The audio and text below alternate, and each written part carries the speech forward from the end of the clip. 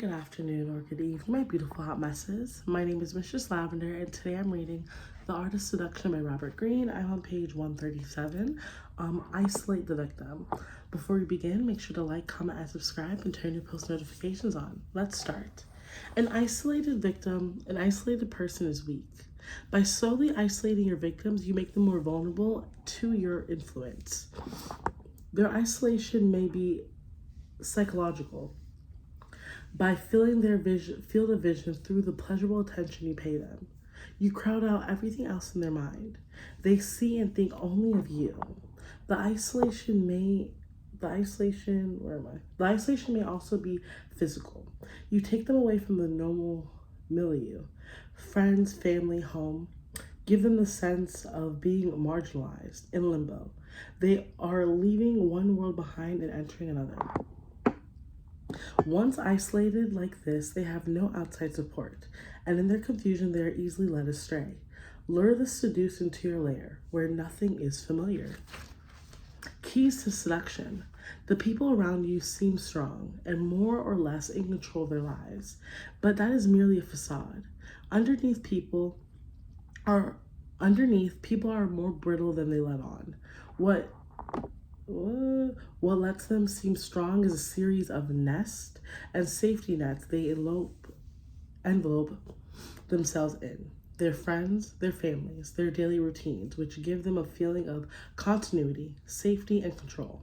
Suddenly pull the rug out from under them. Drop them alone in some foreign place where the familiar signposts are gone and scrambled, and you will see a different person. A target who is strong and settled is hard to seduce, but even the strongest people can be made vulnerable if you can isolate them from their nests and safety nets. Block out their friends and family with your constant presence. Alienate them from the world they are used to, and take them to places they do not know. Get them to spend time in your environment. Deliberately disturb their habits. Get them to do things they have never done. They will grow emotional, making it easier to lead them astray.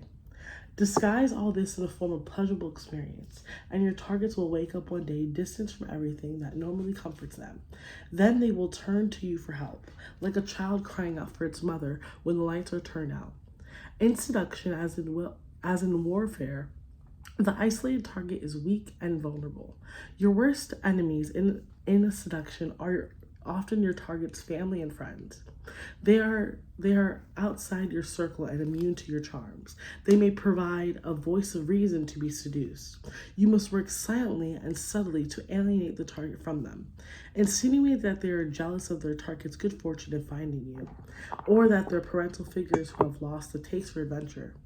The latter argument is extremely effective with young people whose identities are in flux and who are more than ready to rebel against any authority figure, particularly their parents. You represent excitement in life. The friends and parents represent habit and boredom. Our past attachments are a barrier to the present. Even people who have left behind can continue to have a hold on us. As a seducer, you will be held up in the past, compared to previous suitors, perhaps found inferior. Do not let it get to that point. Crowd out the past with your intentions in the present. If necessary, find ways to disparage your previous lovers, subtly or not so subtly, depending on the situation. Even go as far as to open old wounds, making them feel old pain and seeing by contrast how much better the present is. The more you can isolate them from their past, the deeper they will sink with you into the present. Many of us today are weighed down by all kinds of responsibilities. A wall forms around us. We are immune to the influence of other people because we are so preoccupied. To seduce your targets, you need to lure them away, gently, slowly, from their affairs that fill their mind, and often what will best lure them from their castle walls is the whiff of the exotic. Offer something unfamiliar that will fascinate them and hold their attention. Be different in your manners and appearance, and slowly envelope them in this different world of yours.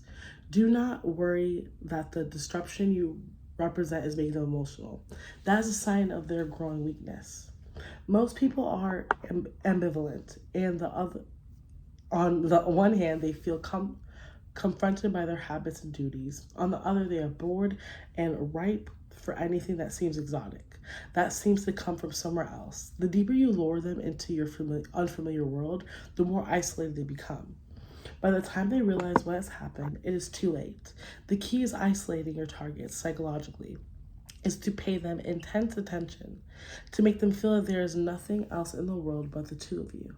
You do not give them time or space to worry about, suspect, or resist you. You flood them with the kind of attention that crowds out all other thoughts, concerns, and problems. They will have an intoxicating effect on their ego and make them experience the isolation as something pleasurable. The principle of isolation can be taken literally by whisking the target off to an exotic local. The danger of travel is that your targets are intimately exposed to you. It is hard to maintain any air of mystery, but if you take them to a place alluring enough to distract them, you will prevent them from focusing on anything banal in your character. The seduction power of isolation goes beyond the sexual realm. When new adherents joined Gandhi's circle of devoted followers, they were encouraged to cut off their ties with their past, with their family and friends. This kind of renunciation has been a requirement of many religious sects over the centuries. People who isolate themselves in this way are much more vulnerable to influence and persuade. A charismatic politician feeds off and even encourages people's feelings of isolation. Finally, at some point in the seduction, there must be a hint of danger in the mix. Your target should feel that they are gaining a new adventure in following you, but are also losing something, a part of their past, their cherished comfort. Actively encourage their ambivalent feelings. An element of fear is the proper spice. Although too much fear is debilitating, in small doses it makes us feel alive. Like diving out of an airplane, it is exciting, a thrill. At the same time, that it is a little bit frightening. And the only person there to break the fall or catch them is you. The symbol, the Pied Piper, a jolly fellow in his red and yellow cloak. He lures the children from their homes with the delightful sound of his flute. Enchanted, they do not notice how far they are walking, how they are leaving their families behind. They do not even notice the cave he eventually leads them into, and which closes upon them forever. I'm stopping there on page 143. I'll be starting on the next episode at chapter 16, Protect Yourself. Again, my name is Mistress Lavender. I'm reading The Art of Seduction. Sorry for the sniffles. I just came back from traveling. Oh, I promise this is shea butter. But yeah, I don't even know what I'm saying. But again, my name is Mistress Lavender. I've been reading The Art of Seduction. I'll see you next episode on page 143. Have a great day. Stay safe. And remember, follow me. Duh.